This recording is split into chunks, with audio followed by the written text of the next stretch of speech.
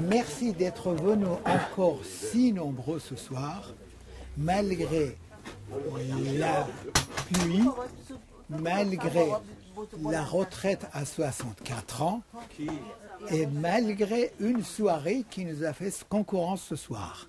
À la Sorbonne, il y avait la remise de médailles à un de nos clients fidèles. Et je ne m'attendais pas qu'il y a autant de monde. Ça me réchauffe le corps profondément. Merci Farhad d'avoir été fidèle encore avec nous, de présenter là un livre. Je l'ai fini, non pas avant d'inviter Farhad, mais je l'ai fini après. Et j'en ai appris beaucoup de choses. Beaucoup de choses. Et je le remercie d'avoir gardé sa jeunesse pour réagir comme ça sur les faits et pouvoir trouver des clés pour comprendre, avoir les clés de compréhension, ne pas tomber dans l'événement seulement. C'est fantastiquement bien fait là-dessus encore. Et ici, la règle, je n'ai pas besoin de le dire. On présente le livre dans l'objectif de pouvoir intéresser tout le monde pour en acheter un exemplaire. Merci d'être venu et je te cède la parole. Avec plaisir, je suis ravi d'être là. Je retrouve de vieux amis que je n'avais pas rencontrés depuis assez longtemps. Il y a Flavio Meroni que j'avais connu en Iran comme chargé d'affaires de l'ambassade suisse, qui nous recevait avec une rare hospitalité, vraiment chaque semaine, avec des films, avec du très bon vin. Je garde un souvenir attendri vraiment de cette période, puisque c'était notre jeunesse. Et maintenant, je le retrouve aussi vieux que moi, et cela me console.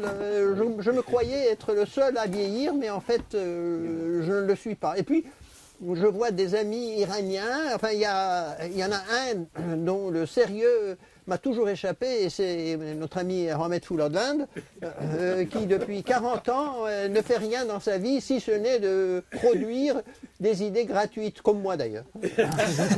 Alors, j'ai donc beaucoup d'amis ici, et je suis ravi qu'ils soient venus. Il y a Saïd Peyvandi, il y a Hossein Farahmand, il y a Pierre Conessa, il y a vraiment beaucoup de monde que je connais et dont je remercie l'obligeance pour être venu écouter un vieux schnock qui va parler d'un certain nombre de thématiques qui sont connues de l'écrasante majorité de ce public. Il y a Marie-Ladie Fouladi qui est là aussi, mais qui porte cette espèce de masque pour garder son incognito. Bref, on est un peu dans un monde sélectif où on se connaît par une vieille complicité, si ce n'est directement, du moins, pour notre univers mental, pour notre paysage mental, pour notre univers culturel. On est tous plus ou moins liés à ce qu'on pourrait appeler de vieilles notions de liberté qui malheureusement sont déniées actuellement dans une très grande partie du Moyen-Orient et dont l'Iran est vraiment le champion. Et je vais vous parler grosso modo de ce livre. Je suis en train de faire un autre en anglais qui porte sur la même thématique, mais évidemment avec des développements nouveaux. Ce sur quoi je veux insister, c'est d'abord le caractère novateur de ce mouvement.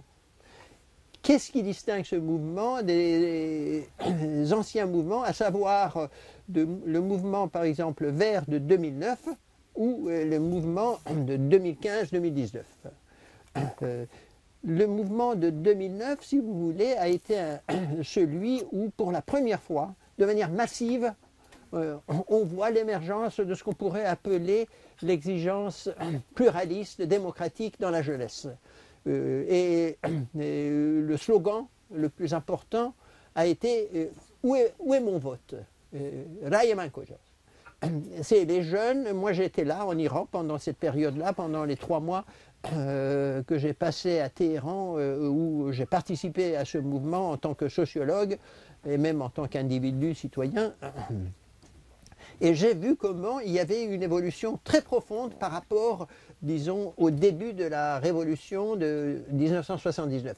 en 1979, la thématique essentielle, si vous voulez, était le martyr.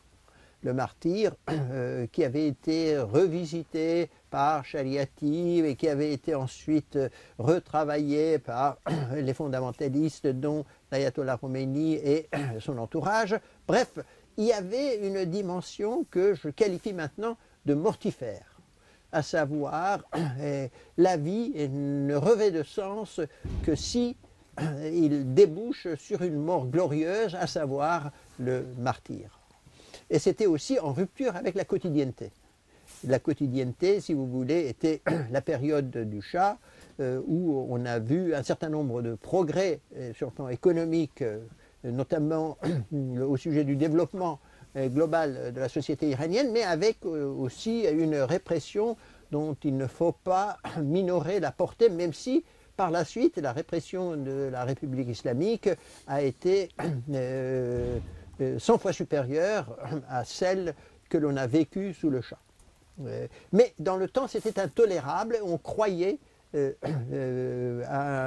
vague spectre de République islamique, puisque personne ne savait ce que c'était. La seule chose qu'on savait, c'était que c'était en rupture avec le régime du Shah.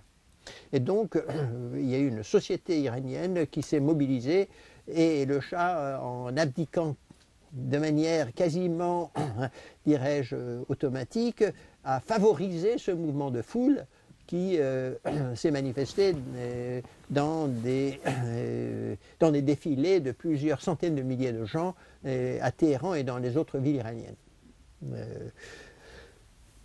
Le mouvement de 2009 a été en rupture avec cela. D'abord, aucune thématique liée au martyr. Toutes les thématiques étaient de nature politique et sociale. Et en second lieu, c'était la volonté d'affirmation de soi comme citoyen à part entière qui prenait le dessus. Donc, rupture culturelle, idéologique avec le mouvement de 1979. Mais le citoyen et la citoyenne, si vous voulez, n'osaient pas encore rompre en visière avec le gouvernement islamique. Il y avait toujours cette idée que le pouvoir pouvait, du fait même de l'émergence de ce qu'on appelait les réformistes, se métamorphoser en une forme de démocratie imparfaite, ou du moins en une théocratie qui serait plus ou moins autoritaire, tout en perdant en quelque sorte la dimension autocratique. Cette espèce de, dirais-je, de désir, en quelque sorte, animait une grande partie de la société iranienne, surtout la jeunesse. Or, le mouvement de 2022, septembre 2022, si vous voulez, est en rupture totale dans cette dimension-là avec celui de 2009. C'est-à-dire, après 13 ans, maintenant, c'est la rupture totale. Plus personne ne croit en la méliorabilité du régime, plus personne ne croit que le système politique mis en place serait susceptible de s'ouvrir en quelque sorte à l'opposition, plus personne ne croit que le régime est capable de se rénover, au moins pour ce qui est du développement, et en cela, il y a comme une sorte de quasi-unanimité dans la société iranienne. Même des universitaires iraniens qui risquent gros en parlant disent que entre 80 et 95% de la population iranienne est contre. Même si dans les manifestations de rue, ils ne se sont pas exhibés comme les jeunes, on sait bien que c'est ce qu'on appelle la majorité grise en persan. C'est-à-dire ceux qui sont contre, mais qui, pour de multiples raisons dont on peut discuter, ne se sont pas manifestés dans la rue contre le régime. Donc il y a comme une sorte de ras-le-bol de la société civile iranienne contre le système actuel. Par ailleurs, le régime a tenté en quelque sorte de réprimer toutes les manifestations libres de la pensée. Et en cela, par exemple, l'appareil d'État hyper répressif qui a été mis en place, surtout depuis 2015, a torturé, mis en prison, liquidé de manière expéditive nombre d'opposants politiques, et on voit très bien comment ils se sont maintenus au pouvoir en dépit d'une désapprobation croissante de la population. Donc, le trait distinctif de ce mouvement de 2022 par rapport à 2009, c'est la rupture frontale avec le pouvoir en place. Et le slogan qui a été vraiment le plus utilisé, ça a été « à bas la dictature » en persan. Sur ce plan, il y a aussi quasi-unanimité. Mais le mouvement a eu un autre slogan d'une très grande importance et qui a été emprunté en quelque sorte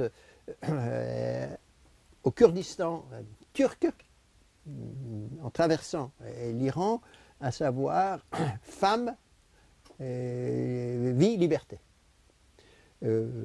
Au Kurdistan turc, ça avait une signification avec Öcalan, qui était le leader charismatique en quelque sorte du Kurdistan côté turc. Mais en Iran, ça a revêtu un autre sens.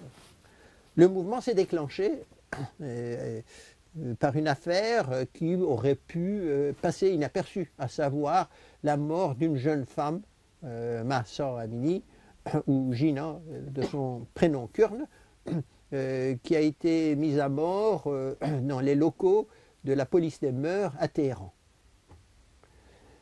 Et juste après, c'était comme une sorte d'étincelle qui a mis le feu aux poudres. On a vu qu'il y a eu des manifestations majeures à l'université de Téhéran, mais aussi l'université des femmes, et puis un peu partout en Iran, dans les grandes villes, et dans les villes moyennes, et surtout dans deux provinces ethniques, à savoir le Kurdistan iranien et le Beloutchistan iranien. Le mouvement s'est lancé, en un sens, de manière totalement inattendue. Pour la première fois dans le monde musulman, à une échelle massive, c'est les jeunes femmes qui l'ont lancé. Il y a eu toujours dans les manifestations, si vous voulez, dans les mouvements sociaux, dans la région, que ce soit en Égypte, en Iran ou ailleurs, des femmes qui ont participé au mouvement. Mais elles n'ont pas été l'avant-garde. Dans ce mouvement, c'est elles qui ont été l'avant-garde. Et c'est la première fois qu'on voit les femmes prendre, en quelque sorte, le dessus et lancer un mouvement que par la suite, les jeunes hommes ont suivi. Donc il y a une inversion caractéristique. Et cette inversion doit être aussi comprise dans sa signification anthropologique, parce que les femmes ont joué un rôle essentiel dans ce mouvement. Vous savez, le régime s'est fondé sur ce qu'on pourrait appeler le machisme des hommes pour se légitimer contre les femmes. Si les choses vont mal, c'est la faute aux femmes. Il faut que les femmes soient punies, les femmes soient dominées, et en un sens, le régime accordait la domination des hommes vis-à-vis des femmes pour légitimer sa propre répression de la société civile iranienne. Et cela a fonctionné tant bien que mal pendant plusieurs décennies. Et là, il y a la rupture. Les hommes n'ont plus joué ce jeu-là. Non seulement l'honneur dit masculin contre et la frivolité féminine n'a pas fonctionné, mais les hommes ont suivi les femmes. C'est-à-dire une inversion caractéristique, l'avant-garde, ça a été les femmes, et les jeunes hommes ont accepté de jouer, au moins au début du mouvement, un rôle, si vous voulez, d'arrière-garde. Par la suite, évidemment, les choses ont changé puisque c'est devenu un phénomène largement suivi et universel de la société civile iranienne, mais dans sa frange jeune.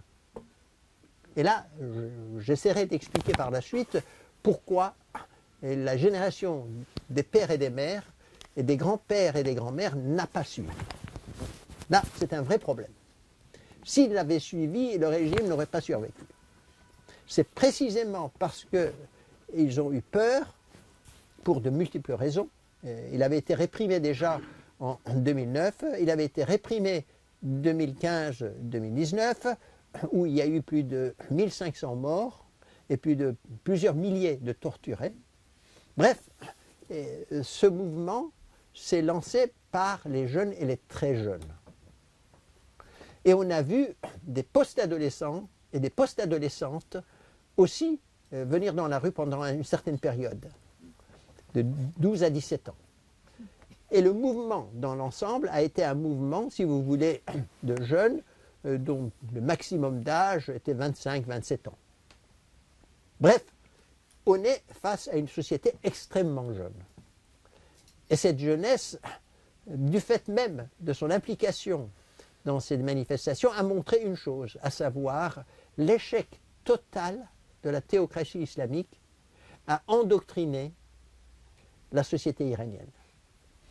Et notre ami Saïd Peyvandi, qui est présent ici et qui a travaillé sur l'éducation nationale en Iran, a montré que les livrets scolaires ont tout fait pour endoctriner les jeunes femmes et les jeunes garçons dans le sens d'une infériorité naturelle, entre guillemets, ontologique de la femme vis-à-vis de l'homme, sous une forme évidemment perverse qui révélait le caractère insidieux de cette dissymétrie. Mais cela n'a pas fonctionné. Et le fait que les jeunes, garçons et filles, jeunes hommes et jeunes femmes, se soient lancés dans la rue, montre l'échec cuisant de cette tentative d'endoctrinement qui s'est étendue quand même sur plusieurs décennies. Donc là, c'est un phénomène qui est fondamental. Le second, c'est la sécularisation de la société iranienne. C'est une sécularisation qui est extrêmement complexe. Et j'essaie de développer cela dans la mesure du possible dans cet ouvrage où je montre comment, malgré les tentatives du régime d'étouffer le caractère sécularisé de la société iranienne, trois phénomènes ont contribué à cette sécularisation en dépit de la capacité répressive de ce pouvoir théocratique. En premier lieu, les classes moyennes iraniennes. N'oublions pas que les classes moyennes iraniennes ont subi une sécularisation forcée sous Reza Shah dans les années 1930. C'était une sécularisation par la violence. Les femmes qui portaient le voile, on leur ôtait le voile en quelque sorte de force. Donc pendant une certaine période, ça a été une sécularisation, si vous voulez, qui n'était pas suivie du consentement d'une grande partie de la société. Mais le problème essentiel, c'est qu'après un demi-siècle, il y a eu intériorisation de ces normes. Beaucoup de jeunes femmes iraniennes, au moment de la Révolution, ne portaient plus le voile.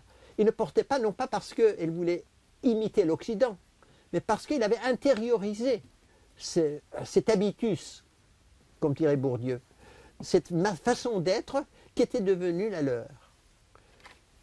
Et donc les classes moyennes iraniennes ont joué un rôle fondamental dans la perpétuation de cette sécularisation, en dépit des tentatives du pouvoir théocratique à endoctriner la société iranienne et à lui imposer en quelque sorte le carcan islamique, ou le carcan islamiste. Un autre point qui est fondamental, c'est que les nouvelles générations, même de l'élite politique iranienne, ce qu'on appelle en persan de manière ironique Arazadegan, c'est-à-dire les jeunes qui sont d'origine non pas noble mais riche, pour faire une traduction circonstanciée, ces jeunes-là ont rejoint le cercle des sécularisés. Que ce soit en Iran, que ce soit en Occident, ils n'ont pas suivi l'islamisation tel que le prônaient, en quelque sorte, les tenants du régime islamique. Par exemple, le nombre de petits-enfants des ayatollahs qui détiennent un pouvoir énorme en Iran se comportent de manière totalement laïque et sécularisée en Iran et à l'extérieur. Donc, échec total sur ce plan, qui rejoint d'ailleurs l'échec un peu, par exemple, qui a abouti aussi à la Révolution française, à savoir ceux qui avaient été à l'école des jésuites, par la suite sont devenus les tenants les plus radicaux, en quelque sorte, de la laïcité pendant la Révolution française. Et donc, ce phénomène n'est pas du tout exceptionnel. On peut trouver des précédents historiques un peu partout dans le monde.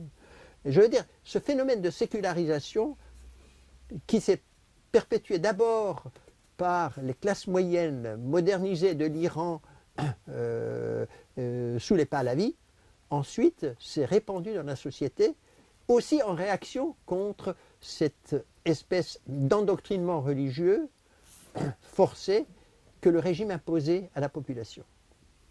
Un autre phénomène qui a contribué à cette sécularisation, c'est l'Internet.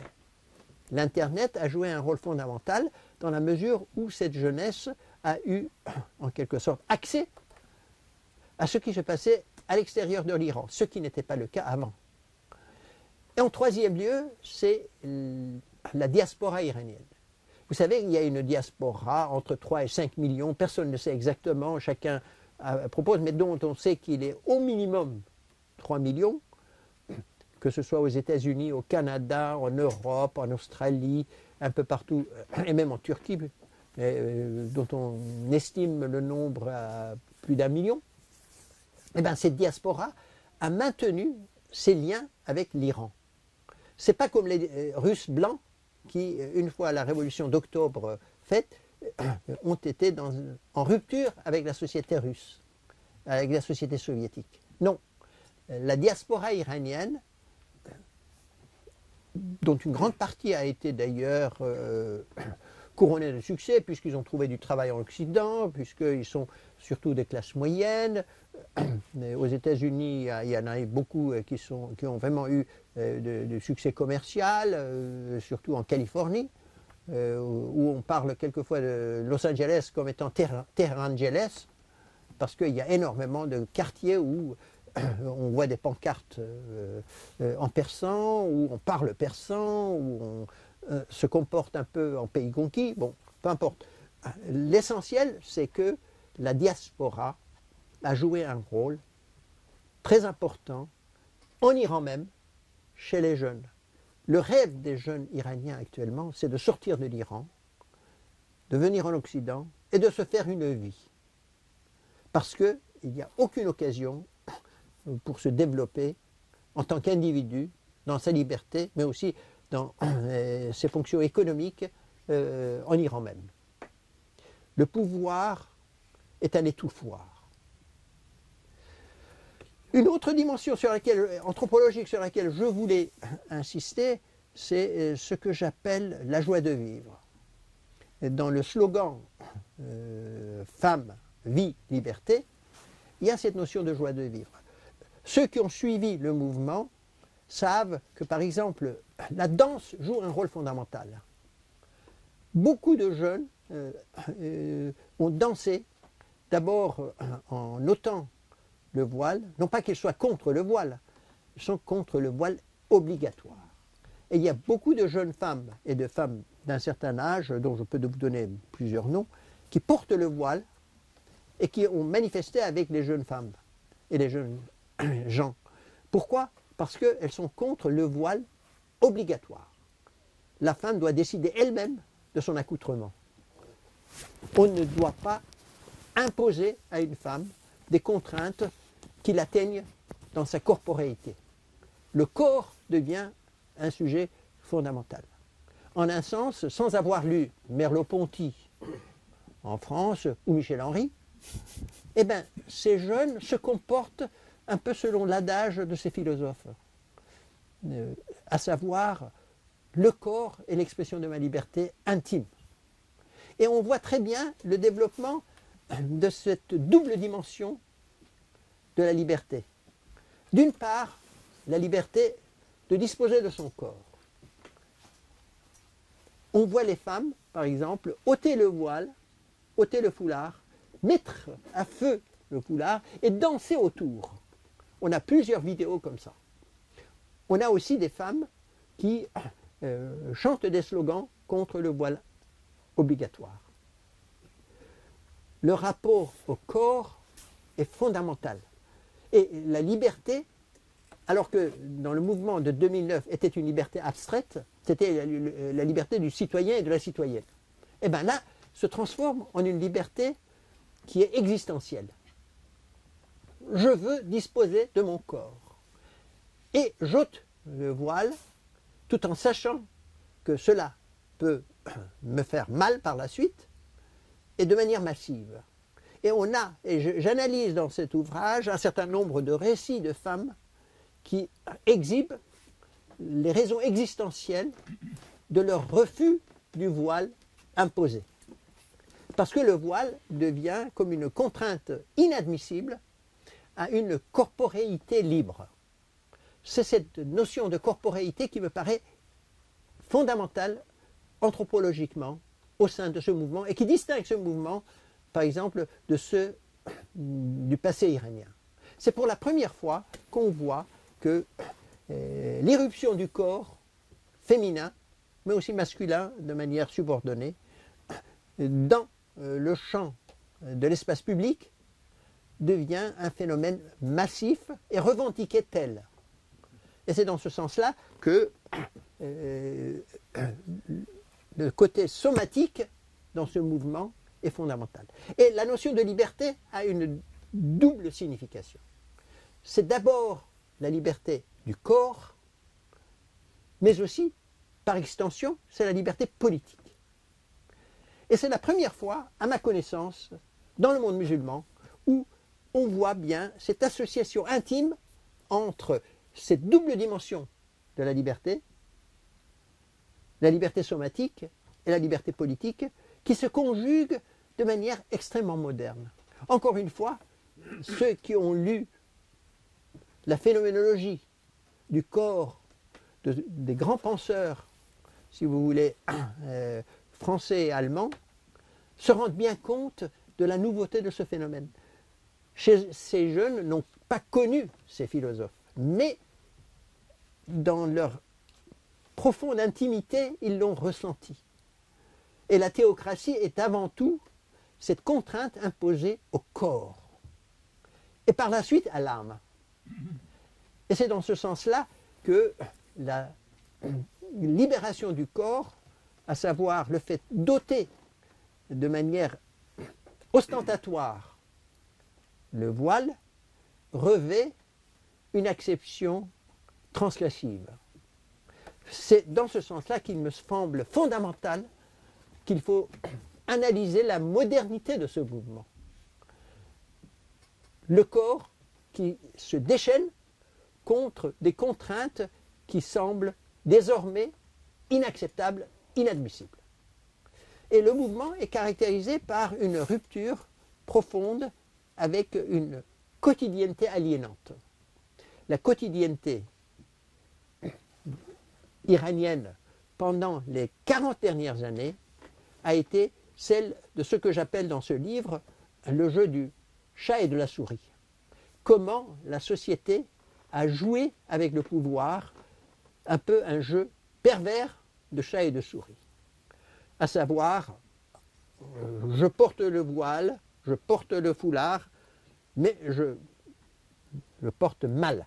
Et c'est ce qu'on appelle, dans le jargon du régime, les mal voilés. C'est bad hijab. C'est-à-dire celles qui portent le voile, mais qui pervertissent son sens. En un sens, moi j'étais étonné de voir dans les rues de Téhéran, par exemple, comment les jeunes filles qui portaient le voile, en un sens, étaient surmaquillées. Plusieurs couches de poudre, plusieurs couches de rouge à lèvres, etc. Cela signifiait qu'en fait, ils resexualisaient le voile qui avait pour fonction essentielle de les désexualiser. C'est aussi cette fonction transgressive qui me paraît fondamentale et qui, dans ce mouvement, met fin à ce jeu de chat et de souris. Les jeunes filles jouaient à ce jeu-là, à ce jeu pervers avec le pouvoir, qui parvenait quelquefois à les réprimer, mais une fois mises à l'amende, une fois quelquefois fouettées, eh bien, elles reprenaient le même jeu.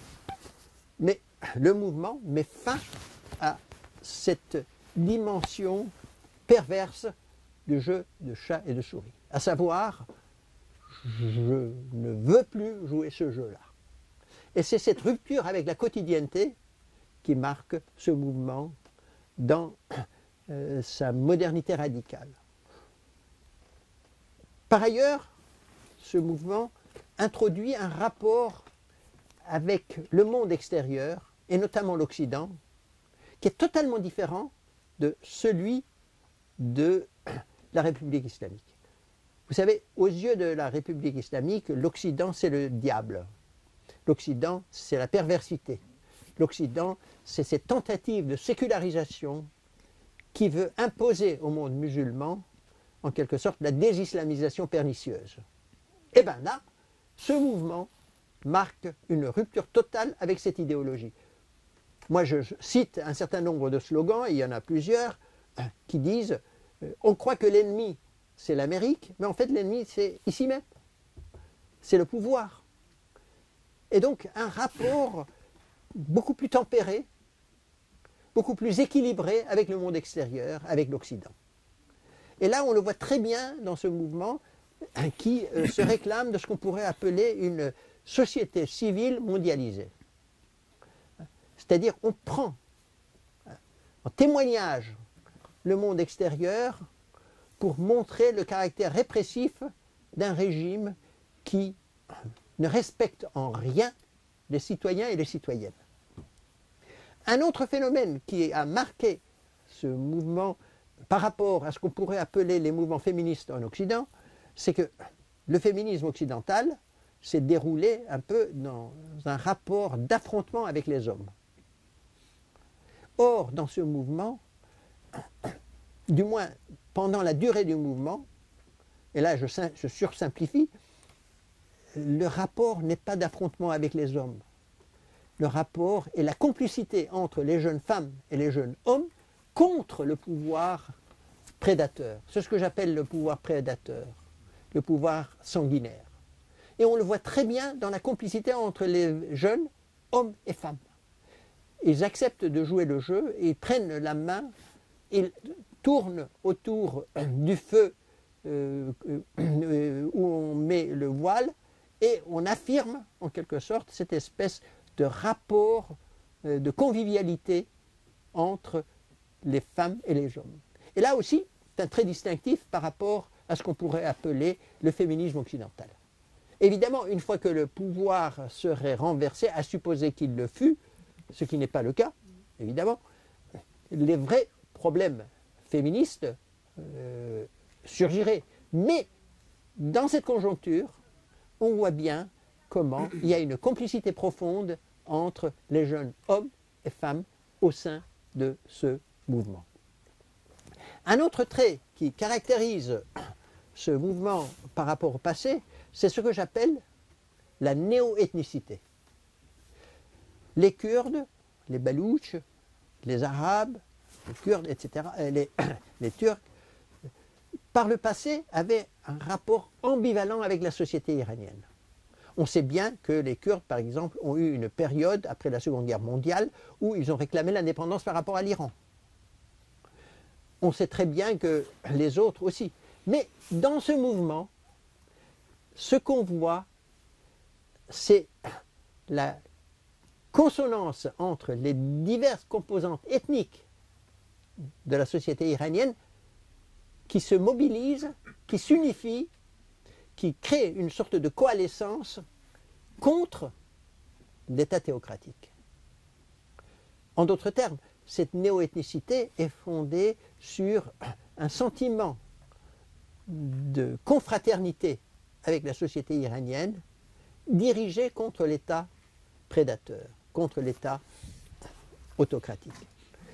Ce type d'État, en Iran, mais aussi dans d'autres parties du monde musulman, que ce soit en Arabie Saoudite, que ce soit en Égypte, que ce soit en Syrie. Je l'appelle le fascisme mou. Pourquoi mou? Parce que contrairement au fascisme dur, comme par exemple en Corée du Nord ou historiquement en Italie, en Allemagne, en Union soviétique sous Staline, eh ben, ce fascisme mou n'arrive pas à étouffer la société civile. Cette société, de temps en temps, s'insurge contre un pouvoir intolérable, un pouvoir qui réprime, étouffe la société. Alors que dans le fascisme dur, la société civile ne parvient pas à s'exprimer, ne parvient pas à manifester en quelque sorte sa rupture avec le pouvoir. C'est là la différence majeure, si vous voulez, où l'on voit comment, par exemple dans le cas iranien, il y a une société civile qui ne se manifeste contre un pouvoir prédateur, contre un pouvoir qui use systématiquement de la répression, de la torture, de la mise à mort et de toute forme de répression, comme par exemple tirer dans les manifestations sur les organes génitaux des femmes. Ça, systématiquement, on a beaucoup de photos, beaucoup de documents, ou tirer sur les yeux des hommes et des femmes. On a aussi systématiquement cela, ou pratiquer des tortures, où le viol devient un élément essentiel de leur pratique, et là, pas seulement contre les femmes, mais aussi contre les jeunes hommes. Bref, on est face à un pouvoir qui fait feu de tout bois, qui réprime au maximum, et qui ose aller au-delà de ce qu'on pourrait appeler le seuil de l'indécence, même dans la région. C'est une forme de répression à la syrienne qui prévaut en Iran depuis 2015. Un phénomène nouveau qui s'est produit, à savoir la disparition de ce qu'on pourrait appeler la petite opposition des réformistes, l'unification du pouvoir au sommet, la répression de la société au nom du complot étranger, comme on l'a vu par exemple avec ce mouvement, puisque les autorités suprêmes, notamment le guide suprême, a attribué ce mouvement aux manigances des États-Unis et d'Israël. Ce qui est totalement insensé, puisqu'il s'agit, en un sens, de l'irruption de la société civile iranienne dans sa jeunesse sur la scène publique. Une jeunesse sans armes, une jeunesse qui ne veut pas avoir recours à la violence systématique. Bref, on voit ce mouvement qui, sur de nombreux points, me semble avoir, en quelque sorte, un avenir dans d'autres sociétés du monde musulman, mais aussi vraisemblablement ailleurs. Parce que le fait que les femmes aient lancé le mouvement, c'est un phénomène nouveau, qu'elle ait été l'avant-garde au début, le fait que le corps devienne l'enjeu essentiel dans l'affirmation de soi, non pas seulement de cette féminité, mais aussi des hommes, à savoir, je veux vivre ma joie de vivre à même mon corps. Et là, la notion du corps devient un phénomène essentiel, anthropologiquement, dirais-je même ontologiquement. En troisième lieu, un rapport beaucoup plus équilibré avec le monde extérieur, à savoir on n'est pas en guerre contre le monde, on veut avoir des relations normales avec le reste du monde. En quatrième lieu, ce qu'on pourrait appeler une rupture générationnelle. Mais une rupture générationnelle qui ne dit pas explicitement sa façon de rompre en visière avec la génération des parents et des grands-parents. Les parents et les grands-parents, tout en suivant les jeunes dans leur rejet du régime, ne sont pas venus dans la rue manifester. Et là, les jeunes ont osé le faire. Et on sait très bien que nombre de ces jeunes femmes, de jeunes filles qui l'ont fait, ont en un sens transgressé les normes familiales. Notre amie Marie Lady Fouladi a très bien montré comment la démographie iranienne a profondément changé pendant les 2 dernières décennies et comment la nouvelle famille iranienne est modernisée dans la mesure où elle se réduit à 1 ou 2 enfants au maximum et comment l'affectivité a été bouleversée en son sein. Cette nouvelle affectivité a fait que la transcendance du père, du patriarcat, a été remise en cause. Le mouvement révolutionnaire iranien de 1979, si vous voulez, a porté au nu l'ayatollah Khomeini. On le sait. C'était le guide surcharismatique. C'était le grand-père quand il détrônait le père. Or, les mouvements, depuis 2009, ont remis en cause cette structure charismatique du pouvoir. Et là, c'est dû en grande partie aussi au bouleversement de la famille iranienne, à savoir une structure anthropologique où le père n'incarne plus la sacralité d'une structure anthropologique qui ensuite serait en un sens imitée par l'État. L'État serait en quelque sorte une sorte de décalque de la structure de la famille au niveau de la société. Or, au niveau de la famille, la transcendance du père a été remise en cause. Et c'est pour cette raison, en partie, pas uniquement, qu'on voit très bien cette remise en cause de la transcendance de l'État en la personne du guide suprême dans la société civile iranienne. Bref, on est face à une société qui s'est profondément sécularisée à l'encontre du pouvoir et de sa volonté de subordination de la société civile. On voit l'émergence d'une société civile qui est beaucoup plus dynamique qu'on ne le pensait. Et surtout, on voit une sorte de modernité qui n'est plus celle liée à la culpabilité comme c'était la modernité des grands-parents et des parents. Je m'explique.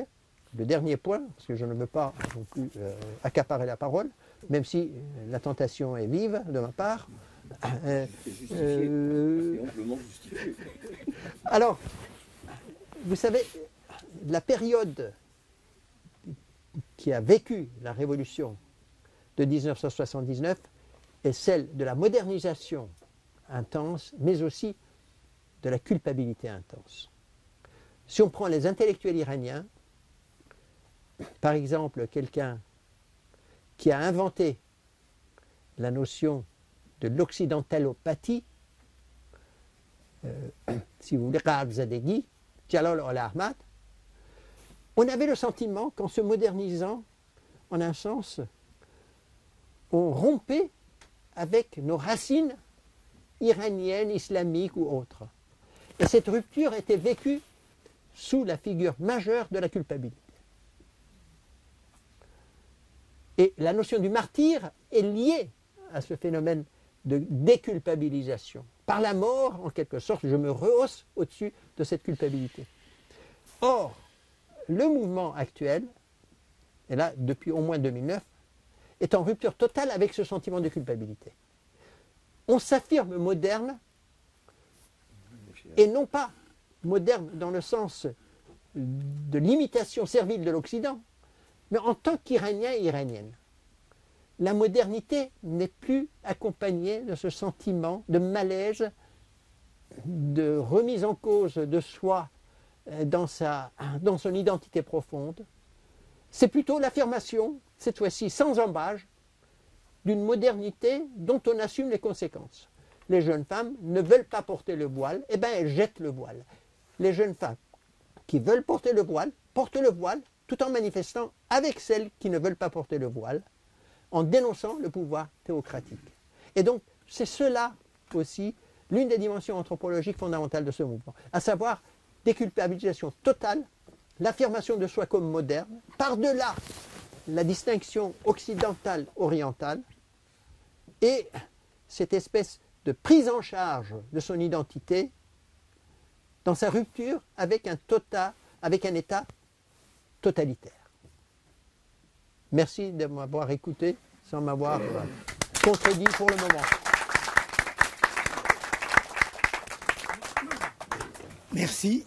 C'est pas seulement la tentation, tu as raison de garder la parole. Parce que c'était très très éclairant. Et, étant donné qu'il y a une grève qui peut empêcher certains gens pour trouver leur train, essayons d'être brefs. Je donne la parole à quelques personnes s'ils veulent intervenir et s'ils ont des questions. Et après, on essayera de, malgré, ça c'est indépendamment de ma volonté aussi, c'est la grève, de faire ça. Allez, on va commencer avec monsieur. Je serai très bref. Vas-y. Je serai très bref. Farhad, récupération de la sécularisation de la société en portant un regard, comment dire, serein vers l'Occident, sans culpabiliser. Mais je me demande, est-ce que dans cette récupération, il y a aussi un peu récupération du passé?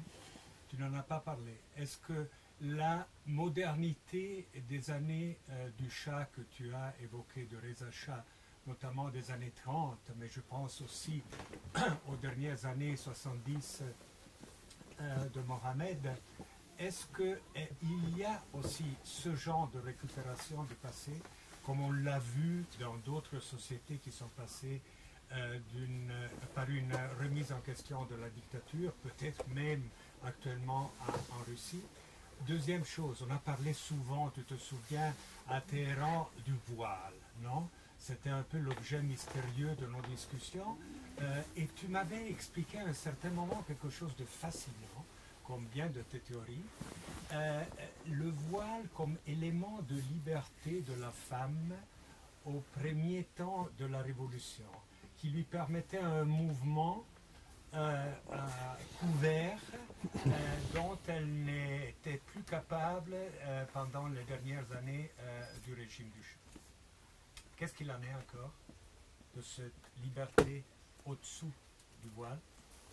Il ne faut pas oublier une chose, c'est que la question du voile en Iran était secondaire jusqu'à 2017.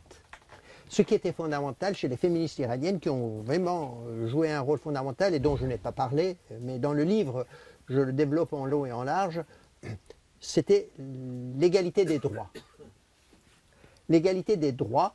Et au début de la Révolution, on a eu beaucoup de femmes iraniennes de gauche, marxistes ou tiers-mondistes, qui ont porté le voile contre le Shah dans les manifestations parce qu'elles pensaient qu'après elles pouvaient l'ôter. Mais après la Révolution, il y a eu quelques manifestations pour défendre le voile des femmes, et moi j'étais dans cette manifestation qui était, à côté de l'avenue Engelab, mais dans une petite rue. Non, mais il y avait une autre rue dont j'ai oublié le nom. Non.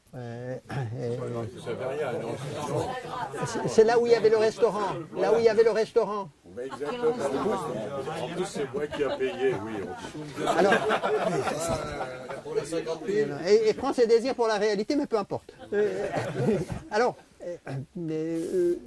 l'essentiel est que les femmes intellectuelles iraniennes et les hommes intellectuels iraniens de gauche pensaient que c'était un sacrifice mineur de porter le voile parce que cette révolution était une révolution petite bourgeoise et que par la suite il y aurait une révolution prolétarienne qui délogerait en quelque sorte la petite bourgeoisie et se substituerait à celle-ci. Et donc on pensait qu'il faut aider Khomeini pour le moment contre l'impérialisme américain, les Moudjahidines, etc. Bon, tous étaient, il y avait vraiment... Mais oui, oui. Alors donc, il y a ce phénomène que le voile, c'était une sorte de sacrifice pour accéder à cette révolution prolétarienne par la suite. Or, on sait très bien que les choses ne se sont pas passées de cette façon-là. C'est Khomeini, enfin, qui a éliminé, en quelque sorte, les gauchistes.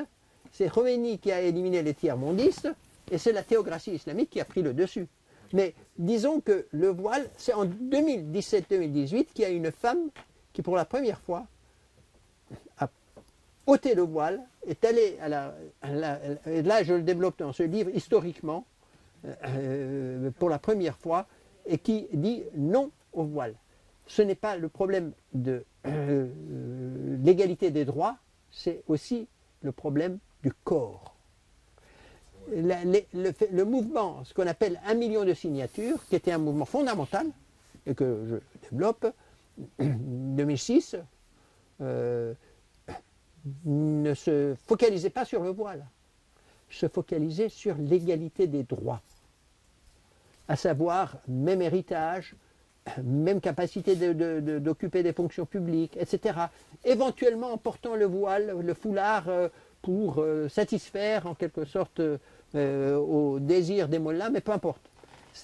La rupture avec le voile s'est faite de manière tardive parce qu'il y a eu cette prise de conscience profonde que le corps avait ses propres exigences qui ne se réduisaient pas à une liberté abstraite chez les femmes. Et cette prise de conscience qui a été tardive, c'est en 2017. Les féministes iraniennes qui ont joué un rôle fondamental dans la mobilisation des femmes à partir des années 2000 ne se focalisaient pas sur le voile. Que ce soit celle qui a obtenu le prix Nobel de la paix en 2003, Shirin Ebadi, ou les autres se focalisaient sur l'égalité. Nous voulons que les hommes et les femmes soient à égalité juridiquement. Et donc, le corps, l'irruption du corps sur l'espace public est un phénomène nouveau, avec un certain nombre de caractéristiques qui sont en rupture avec ce féminisme-là, mais en même temps qui prennent compte des acquis de ce féminisme dans la sécularisation et dans l'affirmation, en quelque sorte, de leur identité avec les hommes. C'est pour cette raison que je crois que la notion de femme, là, subit une sorte de rupture épistémologique à partir des années 2017-2018, où le corps devient un enjeu fondamental. Est-ce que ce n'est pas une technique nouvelle pour faire face à ce qui n'est plus une république islamique, mais un État islamique, puisque la république islamique offrait la possibilité d'avoir des libéraux relatifs et des conservateurs, et que cette possibilité a été supprimée pour l'élection de Raïssi. Donc, même avec Rouhani, de Raïssi, disons, il n'y a même pas eu un petit espace de libéralisme, même dans le cadre de l'islamisme du régime. Donc, pour moi, la République islamique a pris fin à partir du moment où le Conseil des gardiens a écarté toute opposition possible à M. Raïssi, le candidat conservateur. Donc, les femmes ont bien constaté qu'il y avait un raidissement du régime devenu un État islamique. Alors, elles revendiquent les droits, mais finalement, les jeunes femmes ont bien compris qu'à l'heure actuelle, le dispositif légal, c'est-à-dire le code civil iranien, qui a été à peine modifié à la Révolution, demeure pour la partie personnelle la charia, et que les femmes sont inégales en droit. Elles ont simplement constaté que le voile était une façon effectivement de manifester. C'est temporaire, c'est prestigieux, ça permet une ouverture, ce d'autant que dans d'autres pays islamiques, il n'y a pas une contrainte, même si de fait le voile est pratiquement partout. Là, elles ont obtenu une ouverture. Moi, j'ai été tout à fait fasciné dans mes discussions avec les Iraniennes, pas récemment, mais il y a un certain nombre d'années. Elles ont le principe, écoutez, nous, aujourd'hui, nous ne cherchons pas un mari absolument, nous avons des études, ça c'est la modernité du régime iranien. La modernité, c'est-à-dire qu'il y a des femmes qui sont majoritaires, y compris dans les sciences, dans les formations universitaires, elles sont majoritaires, etc. Donc désormais, tout ce qui est la partie charia, c'est-à-dire que la femme n'est qu'un corps et est vouée simplement à la maternité, tout cela, elles disent non, non, ça doit disparaître. Nous aussi, nous sommes égales des hommes. Et elles ont compris à l'heure actuelle que le voile était la symbolique de cette libéralisation. C'est plus que ça, monsieur. Mais demain, c'est plus que ça. Cher monsieur, vous verrez que tout de suite, l'inégalité des droits civils, la mise sous tutelle de l'homme réapparaîtra. Ça, c'est effectivement pour la publicité. Hein. C'est faux. Moi, j'estime que c'est totalement... Ah oui. Mais, voilà. mais non, mais c'est le point de vue des parents et des grands-parents. Mais oui. Oui, j'entends bien. C'est le point de vue, mais vraiment, c'est un point de vue qui me paraît totalement en rupture avec tout ce que j'ai dit. Vous avez le droit d'affirmer ce que vous dites, mais en même temps, vous ne comprenez pas que c'est plus qu'une instrumentalisation. Ce n'est pas une instrumentalisation, c'est beaucoup plus l'exigence d'un nouveau corps dans une nouvelle génération. Si vous ne le comprenez pas, c'est précisément parce que vous êtes ancré dans une identité qui est celle d'il y a 20 ans. Et ça, c'est mon point de vue, évidemment que je dis clairement, parce que vous ne comprenez pas qu'il y a une corporéité nouvelle et que cette anthropologie de la femme et de l'homme est un phénomène nouveau qui fait irruption. Si vous ne le comprenez pas, évidemment, nous sommes en rupture totale l'un avec l'autre. Parfait. L'instrumentalisation, c'est la réduction d'un phénomène beaucoup plus profond à un signe, en quelque sorte, dans l'espace public. Or, c'est plus que ça. Attends, étant donné que nous avons un laps de temps assez court et il faut que je puisse donner le temps de parole au maximum, mais ne dépassez pas 1 minute, 1 minute et demie. Allez-y, Monsieur Azarian. Monsieur Khosravat, d'abord, merci pour votre présentation. Alors, je voudrais savoir, puisqu'on a différentes approches et différents backgrounds, vous êtes dans les sciences sociales, et puis moi, je suis qu'un pauvre ingénieur. Comment vous voyez l'évolution de ce mouvement actuel? Le mouvement, dès le début, j'ai dit qu'il était extrêmement fragile, sans organisation, sans leadership, et qu'il était très susceptible d'être réprimé. Et ça s'est produit. Dans mon dernier article dans Le Monde, je l'ai décrit, et j'ai été évidemment très critiqué par un certain nombre de gens qui pensaient que le mouvement était toujours dans la phase ascendante. Or, ce mouvement est actuellement dans une phase, si vous voulez, de répression profonde de la part du régime. Mais, et c'est là, le mouvement est en crise, il n'y a pas de doute de mon point de vue. Mais le régime est aussi en crise manifeste. Et donc le mouvement a été le révélateur de la crise de ce régime. Et pour la première fois, on a vu l'introduction d'une sorte de dissension au sein du régime à ce sujet. Donc, crise du mouvement, crise du régime, et surtout, on voit très bien comment il y a l'enchaînement avec d'autres mouvements. Je veux dire, ce mouvement est l'initiateur de phénomènes nouveaux dans la société iranienne qui remettent en cause une certaine forme d'hégémonie que la société acceptait tant bien que mal à plusieurs niveaux. Par exemple, l'hégémonie totale de l'armée des Pasdaran sur la société iranienne avec une sorte de complicité dans ce qu'on pourrait appeler la corruption généralisée. Ça, c'est remis en cause. Encore une fois, moi je comprends parfaitement qu'on puisse interpréter comme une forme d'instrumentalisation le foulard, etc. Finalement, les femmes, comme l'a dit monsieur, c'est très, je veux dire, c'est très raisonnable. Mais mon interprétation, l'avenir montrera en quoi j'aurais eu tort ou raison, totalement en rupture avec cela, parce que ce n'est pas une instrumentalisation. C'est beaucoup plus qu'une instrumentalisation. C'est un vécu corporel, c'est un vécu intime, et c'est une sorte de rébellion contre cet état de fait qui, jusqu'à il y a encore une dizaine d'années, était vécu sous la forme que décrit monsieur.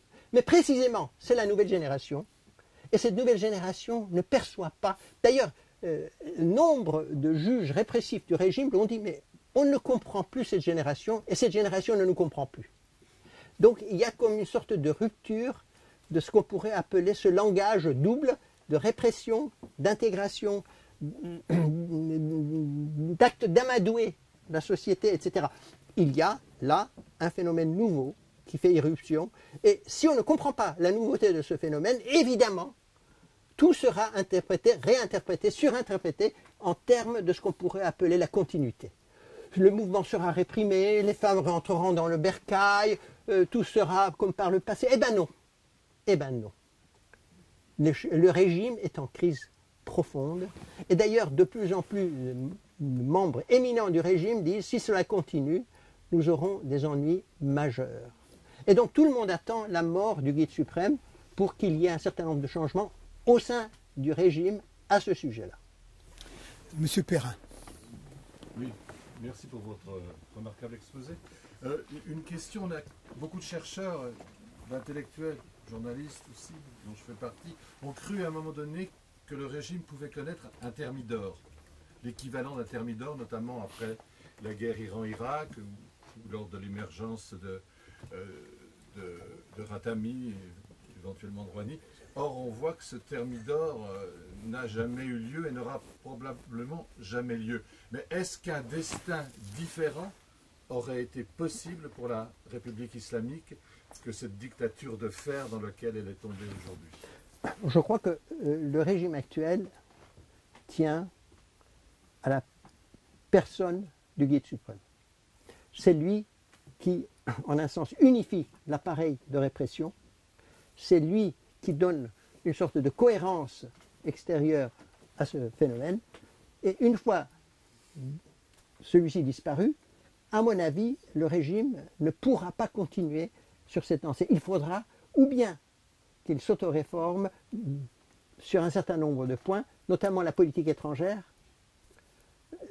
et en second lieu, le rapport à la société civile, ou bien il subira une crise majeure.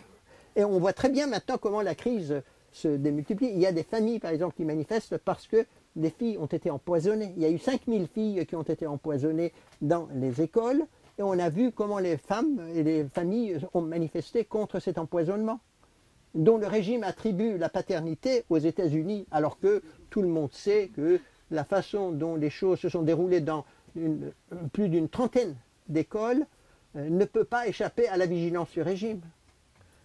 Par conséquent, on voit bien ces solutions désespérées du pouvoir qui consistent à lancer des gaz qui empoisonnent légèrement les filles. Il y en a eu une seule morte, mais il y a eu plusieurs centaines qui ont été hospitalisées pour, en un sens, intimider les jeunes filles. Mais ça ne marche pas. Mais si Montazeri avait pris la place de... Si, avec les si, moi je suis d'accord. Mais vous savez, le rôle des leaders est fondamental.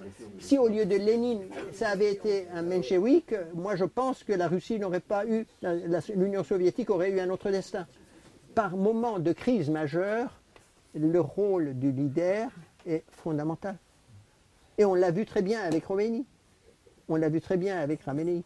Bref, moi je crois qu'actuellement, on est dans une phase où la situation de la société iranienne n'est pas du tout celle qui irait vers le calme à partir de la répression. Il y a toujours cette espèce d'effervescence qui va donner naissance à d'autres formes de protestation.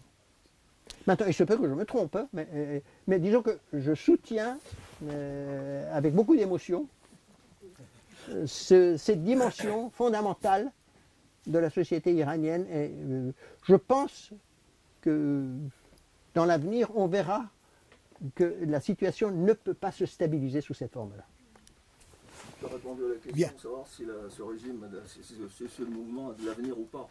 Donc, et si, dans la continuité de ce questionnement, est-ce que ce mouvement peut avoir un avenir s'il ne débouche pas sur l'élaboration d'un programme proprement politique, ce qui a manqué à tous les mouvements précédents, à ça en termes institutionnels, en termes de politique économique, de politique sociale, de politique culturelle et de politique étrangère. Et corrélativement, est-ce que ça ne pose pas non plus la question de personnes, non pas charismatiques, parce que ce n'est plus l'époque, mais de personnes emblématiques? Car actuellement, dans ce mouvement, il n'y a pas de personnages emblématiques. Est-ce que ce n'est pas quand même une nécessité historique? Voilà. Ce sont des questions.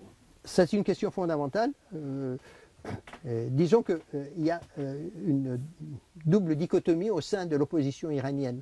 En Iran même, dès qu'il y a la constitution d'une opposition, évidemment, il est réprimé.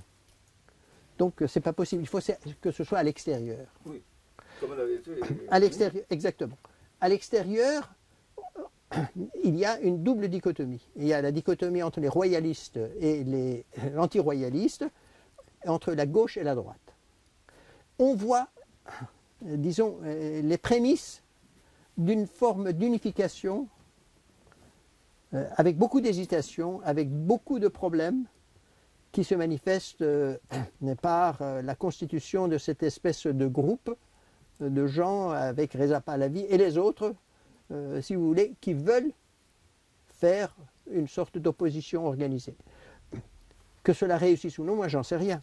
Mais disons que cette prise de conscience de la nécessité d'une opposition qui propose une alternative au régime actuel, cette nécessité-là est ressentie beaucoup plus intensément par une grande partie de la diaspora iranienne que par le passé. Qu'elle réussisse ou non, évidemment, c'est un vrai problème.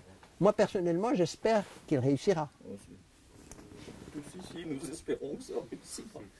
Moi, je pense qu'à mon avis, Bien. c'est compliqué. On peut comparer ça avec la dictature communiste. Voilà. Ouais. À savoir, quand le mur de Berlin est tombé en 89, les gens disaient bien, si ça a marché, c'est parce que derrière, il n'y avait plus rien. C'est-à-dire que l'armée n'a pas suivi parce que le régime ne pouvait plus payer l'armée. Et à mon avis, le jour où la République islamique tombera, et le jour où l'armée ne pourra plus être payée. L'armée est payée, si vous voulez, dans la mesure où les autres parties de la société iranienne s'appauvrissent de manière visible. Et l'Iran parvient, quoi qu'il en soit, à vendre une partie du pétrole sur le marché noir pour pouvoir financer l'appareil de répression. Ah bah oui, c'est ça.